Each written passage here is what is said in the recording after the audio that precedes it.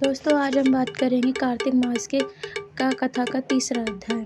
सत्यभामा ने कहा, हे प्रभु, आप तो सभी काल में व्यापारक हैं और सभी काल में आपके आगे एक समान है। फिर ये कार्तिक मास ही सभी मासों में श्रेष्ठ क्यों है? आप सब तिथियों में एकादशी और सभी मासों में कार्तिक मास को भी अपना प्रिय क्यों कहते हैं? इसी कारण बताइए। भगवान श्री कृष्ण ने कहा, हे भामिनी, तुमने मुझे बहुत अच्छा प्रश्न किया। मैं तुम्हारे इस उत्तर दूंगा, ध्यानपूर्वक सुनो। इसी प्रकार एक बार महाराज बेन के पुत्र राजा पृथु ने प्रश्न के उत्तर में देव ऋषि नारद ने प्रश्न किया था कि जिसका उत्तर देते हुए नारद जी ने उसे कार्तिक मास की महिमा बताते हुए कहा, हे राजन, एक समय शंख नाम का एक राक्षस बहुत बलवान और अत्याचारी हो गया था। उसके अत्याचारों से तीनों लोकों में त्राहिम त्राहिम मचा गया। उस शंखसूर ने स्वर्ग में निवास करने वाले देवताओं पर विजय प्रताप कर इंद्रियों, देवताओं और एवं लोकपालों के अधिकारों को छीन लिया। उसे भयभीत होकर समस्त देवता अपने परिवार के सदस्यों के साथ समुख पर्वत के गुफा में बहुत दिन तक छिपे रहे। तत्पश्चात वह निश्चित होकर सुमेरु पर्वत के गुफाओं में ही रहने लगा।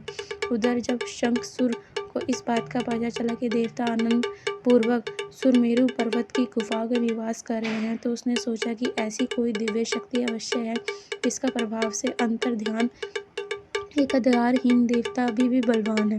सोचते सोचते वह इस निर्णय पर पहुंचा कि वेद मंत्रों के बल के कारण ही देवता बलवान हो गए हैं। यदि इनसे वेद छीन लिया जाए तो वह बलहीन हो जाएंगे। ऐसा विचार कर कर शंखसूर ब्रह्मा जी के सत्यलोक से शीघ्र ही वेदों को हर लाया। उसके द्वारा ले जाए जाते समय भय से उसके चुंगल से निकल भागे और जल से समा गए। शंखसूर ने वेद मंत्रों तथा बीज मंत्रों को ढूंढते हुए सागर के प्रवेश किया, परंतु ना तो उसके वेद मंत्र मिले और न ही बीज मंत्र।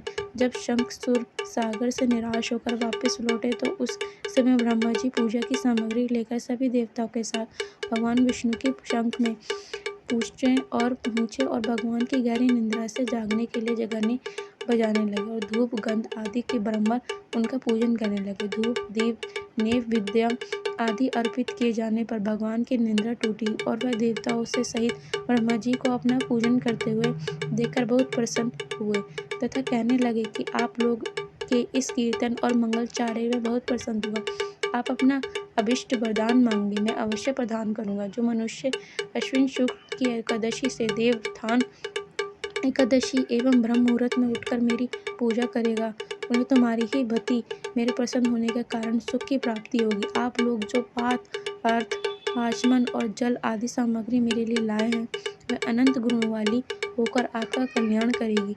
शंखसूर द्वारा हाय गए संपूर्ण वेद जल में स्थित है। मैं सागर पुष्प शंखसूर को वध करके उन वेदों को अभी लाया देता हूँ। आज से मंत्र, बीज और वेदों सहित मैं प्रतिवर्ष कार्तिक मास में जल के विश्राम किया करूंगा। अब मैं मत्स्य के रूप में धारण करके जल में जाता हूँ। तुम सब देवता भी मुनीश्वर सहित मेरे साथ जल में आओगे।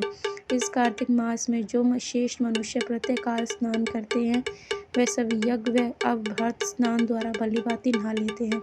हे देवव्रत, कार्तिक मास में व्रत करने वालों को सब प्रकार से धन, पुत्र, पुत्री आदि देते रहना और उनकी सभी आपत्तियों से रक्षा करना।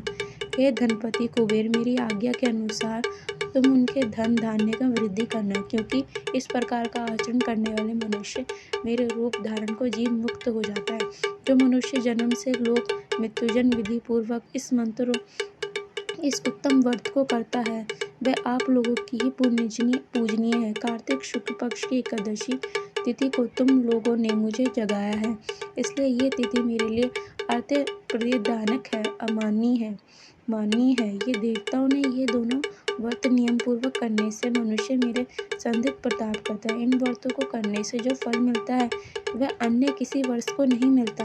अंत प्रत्येक मनुष्य को सुखी निरोग रहने के लिए कार्तिक महीने में और एकादशी की कथा सुनते हुए प्रत्येक नियमों का पालन करना चाहिए। दोस्तों, कथा का तीसरा अध्याय यहाँ समाप्त होता है।